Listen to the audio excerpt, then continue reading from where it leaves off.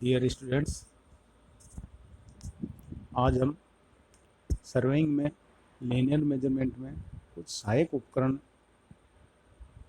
भी काम में आते हैं। चैन और टेप के अलावा कभी कभी हमें रेंजिंग करने की आवश्यकता पड़ती है, कभी कभी हमें परपेंडिकुलर एंगल लगाने की भी आवश्यकता पड़ती है। तो ये कुछ सहायक उपकरण हैं जिनकी हमें फील्ड में सहायता पड़ती है, और जो जब भी हम सर्वे करने जाते हैं तो फील्ड में इन उपकरणों को साथ में लेके जाते हैं। उन्हीं में से एक छोटा सा सहायक उपकरण है लीनियर लाइन रेंजर। तो लाइन रेंजर है वो रेंजिंग करने में काम आता है। रेंजिंग क्या होता है?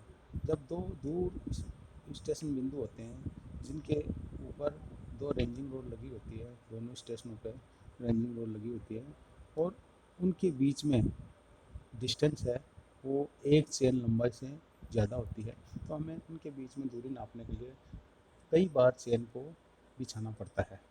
तो वो दूरी चेन से नापते हैं तो कोई ज़रूरी नहीं कि वो सीधी लाइन में ही दूरी नप रही हो, इसलिए उन दोनों स्टेशनों को मिलाती हुई लाइन के बीच में कुछ और छोटे पॉइंट हमें लगाने आवश्यक होते हैं, जिससे जो चेन से हम दूरी नापें तो बिल्कुल स्ट्रेट लेंथ ही नपे, सीधी दूरी ही नपे।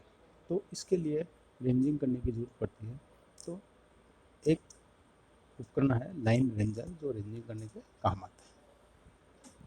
It is an optical instrument used for locating a point on a line and hence useful for ranging. Ranging करने में काम में आने वाला एक ऑप्टिकल इंस्ट्रूमेंट है। It consists of two isoscale prisms over placed one over the other and fixed in a instrument with handle. इसमें दो प्रिज्म होती हैं, एक दूसरे के ऊपर रखी होती है। The diagonals of the prism are silvered so as to reflect the rays. इसका प्रिज्म की डायगोनल है वो सिल्वर्ड किए हुए होते हैं, जिससे उनके ऊपर आने वाली जो रेज है उनको वो रिफ्लेक्ट कर सके। आगे जो डायग्राम बताया गया है उसमें लाइन रेंजर की बनावट बताई गई है, प्रिज्म दिख रहे हैं इसमें। अब ये किस तरह कार्य करता है आगे अपन देखते हैं इसको। लाइन रेंजर के द्वारा रेंजिंग कैसे की जाती है इसमें हम देखते हैं, आगे डायग्राम में भी बताया हुआ है इसको।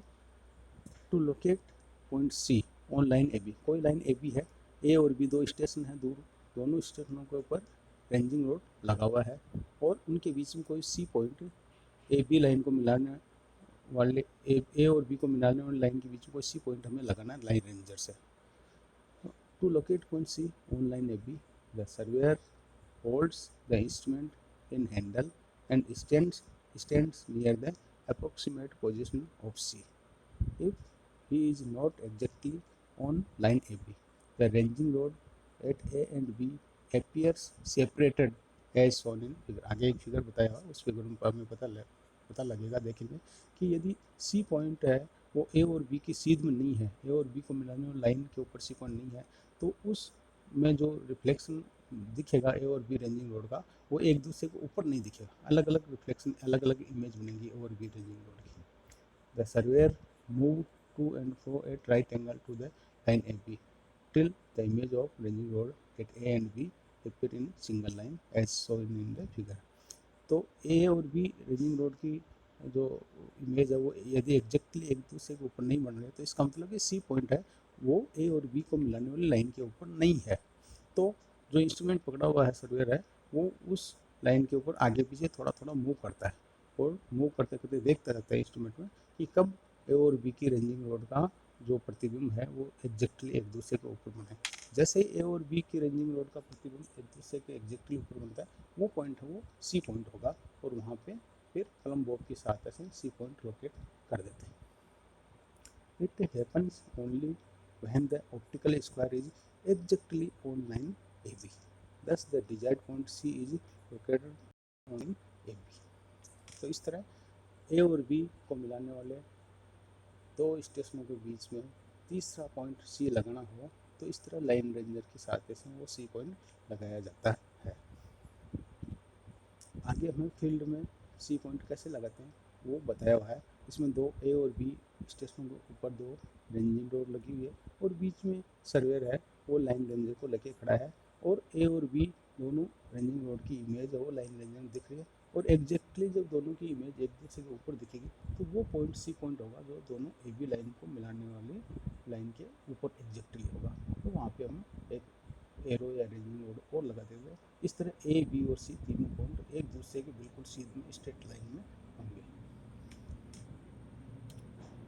जैसा कि लाइन रेंजर में जो प्रिज्म लगी हुई है वो किस तरह से होती हैं कि यहाँ पे दो प्रिज्म एक दूसरे के ऊपर लगी है फिगर ए में, और एक साइड में अपनी आँख की पोजीशन होती है।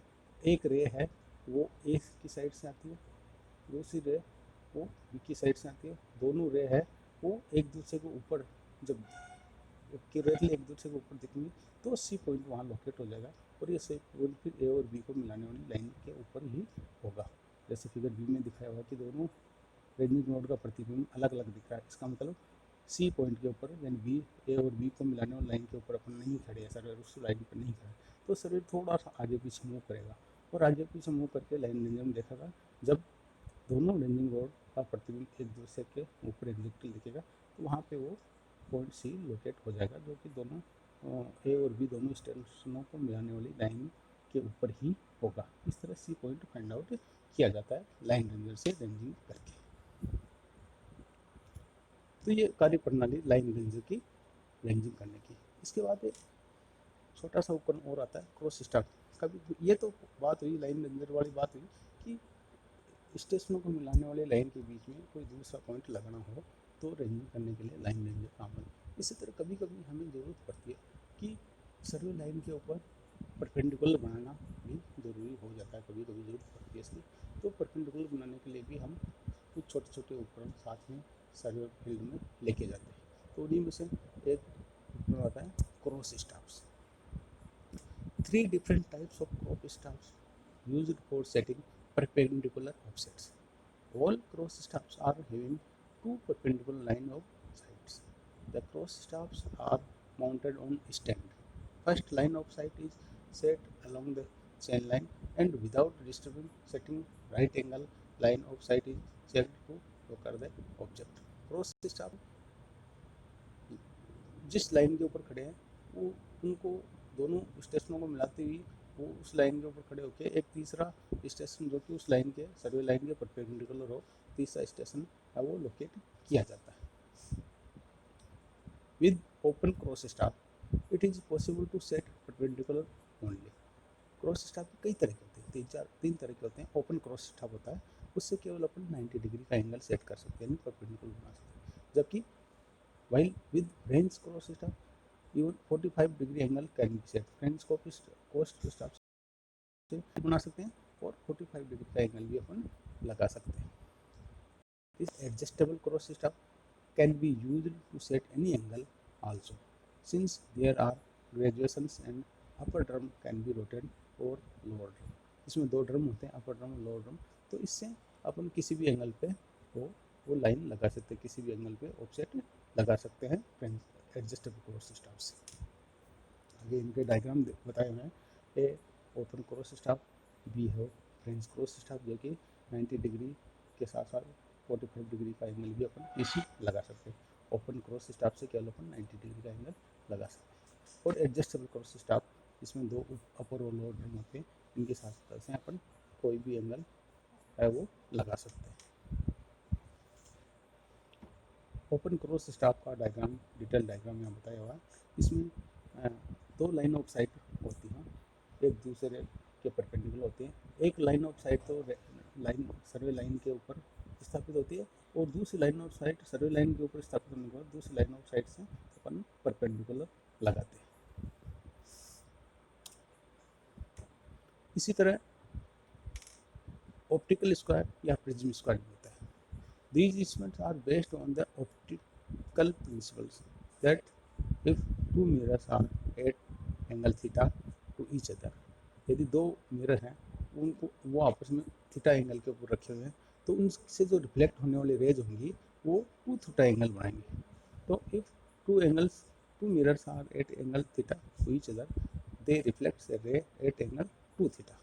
Figure shows a typical optical square. आगे एक डायग्राम में बताया हुआ जो कि ऑप्टिकल स्क्वायर को बताएगा डिटेल में। इससे पहले अपन देखेंगे कि ऑप्टिकल स्क्वायर किस तरह कार्य करता है। तो जैसे कि बताया गया है कि ऑप्टिकल स्क्वायर में दो मिरर होते हैं और वो दोनों मिरर एक दूसरे के 45 डिग्री के ऊपर रखे होते हैं और उनसे जो रेज रिफ्लेक्ट होगी वो रे है वो मूल रेज है उनसे 90 डिग्री के ऊपर 90 डिग्री बनाएगी। तो इससे ये किस तरह कार्य करता है, इसकी डिटेल कार्यप्रणाली किस तरह होती है, वो हम डायग्राम को देखते हुए और यहाँ समझेंगे। It consist of a circular box with 3 slit at E F and G. 3 खांचे या 3 स्लिट होते हैं ई एफ और जी, बॉक्स में 3 खांचे लगे होते हैं। In line with the opening E and G. A glass silhouette at the top and unsilhouette at the bottom is fixed facing the opening E. E और G जो ओपनिंग है उसके सामने एक ग्लास लगा होता है। वो ग्लास है वो टॉप पे तो अनसिल्वर्ड सिल्वर्ड होता है और बॉटम में अनसिल्वर्ड होता है और ओपनिंग ई के सामने रखा होता है। Opposite to the opening F A silhouette glass is fixed at A, making an angle of 45 degree. जो पहला ग्लास रखा हुआ है उसके 45 डिग्री के ऊपर एक दूसरा ग्लास रखा होगा ओपनिंग F के ऊपर, जो कि सिल्वर्ड होगा। उसका बैक पोर्शन ग्लास का वो सिल्वर्ड होगा। A ray from the ranging rod at Q passes through the lower unsilhouetted portion of the mirror at B and is seen directly by eye at slit E। जहाँ अपनी आई है उसमें direct B से B mirror से होती हुई और Q ranging road हमारे को दिखाई देगी। Another ray from the object at P is received by the mirror at A से दूसरी रे अपने को दिखेगी। एक पी है वो ए के ऊपर दिखेगा और ये ए क्योंकि सिल्वर्ड है तो ये रिफ्लेक्ट होके और मिरर बी के ऊपर पहुंचेगी टुवर्ड्स द आई और फिर वहाँ से रिफ्लेक्ट होकर अपनी आई आँख के ऊपर आएगी। दस the image of P and Q R visible at you. और इस तरह पी और क्यू दोनों रेंजिंग रोड की इमेज है वो बी के ऊपर हमें दिखाई देगी। यदि ये दोनों इमेज है एक दूसरे के एग्जैक्टली ऊपर हैं, if both image are in the same vertical line, exactly एक दूसरे के ऊपर है इमेज पी और क्यू रेंजिंग रोड की, then the line P D and Q D will be right angle to each other. यदि एक दूसरे के एग्जैक्टली ऊपर है तो ये जो है लाइन दोनों लाइन है वो एक दूसरे के 90 डिग्री के ऊपर होता है। आगे डायग्राम में इसको हम देख के समझ सकते हैं। सर्कुलर बॉक्स है, 3 ओपनिंग है ई एफ और जी के पास। एक लाइन पी है रेंजिंग रोड, एक रेंजिंग रोड क्यू है और ई के ऊपर अपनी आँख की पोजीशन है। क्यू के सामने ओपनिंग के सामने एक मिरर लगा हुआ है। इस मिरर का निचला भाग बिना सिल्वर्ड है, ऊपर का भाग सिल्वर्ड है। यहाँ से क्यू की इमेज हमें ई के ऊपर जहाँ अपनी आँख है वहाँ सीधी अनसिल्वर्ड पोर्शन से सीधी दिख रही है।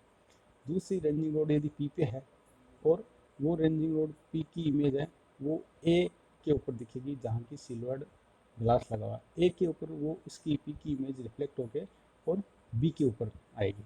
बी का अपर पोर्शन सिल्वर्ड है, वहाँ पे इसकी इमेज दिखेगी। तो बी का लोअर पोर्शन अनसिल्वर्ड है, वहाँ तो पी की इमेज क्यू की इमेज हमें दिख रही है और बी का अपर पोर्शन जो सिल्वर्ड है वहाँ पी की इमेज अपने को दिख रही है। यदि पी और क्यू एक दूसरे के 90 डिग्री पे है तो यहाँ पे जो पी के ऊपर जो इमेज दिखेगी वो एक दूसरे के ऊपर दिखेगी, वर्टिकल दिखेगी पी और क्यू की इमेज। तो अपन कह सकेंगे कि पी और क्यू उस स्थिति में एक दूसरे से 90 डिग्री पर यानी परपेंडिकुलर होंगे। अन्यथा यदि नहीं है तो थोड़ा बहुत आगे पीछे मूवमेंट करके यह पोजीशन प्राप्त कर सकते हैं परपेंडिकुलर। इस तरह यह इंस्ट्रूमेंट में काम आता है 90 डिग्री यानी परपेंडिकुलर लगाने में। आगे इसका डायग्राम बताया ऑप्टिकल स्क्वायर और प्रिज्म स्क्वायर का। ये फील्ड में किस तरह से हम इस ऑप्टिकल स्क्वायर और प्रिज्म स्क्वायर को यूज में लेते हैं। पहली पोजीशन ये है, पहले डायग्राम ये बताया हुआ है कि सर्वे लाइन ए और बी से के ऊपर खड़े होकर कोई तीसरा पॉइंट हमें इसके परपेंडिकुलर लगाना है। तो ए और बी लाइन के ऊपर हमें ये इंस्ट्रूमेंट लेके खड़े हो जाते हैं और ए और बी की इमेज को देखते हुए और सी पॉइंट के ऊपर जो रेंजिंग रोड लिए हुए खड़ा है उसको आगे पीछे करके दोनों की इमेज एग्जैक्टली एक दूसरे के ऊपर देख के उस सर्वर को कहेंगे, उस हेल्पर को कहेंगे यहाँ पे सी पॉइंट के लोकेशन रेंजिंग रोड लगा सकते हैं। तीसरे डायग्राम नेक्स्ट डायग्राम में भी यही प्रोसेस बताया हुआ है कि यदि ये डी पॉइंट पे रेंजिंग रोड वो ए बी सर्वे लाइन से 90 डिग्री पे है, तो इस पोजीशन में वो ए और बी रेंजिंग रोड का इमेज है।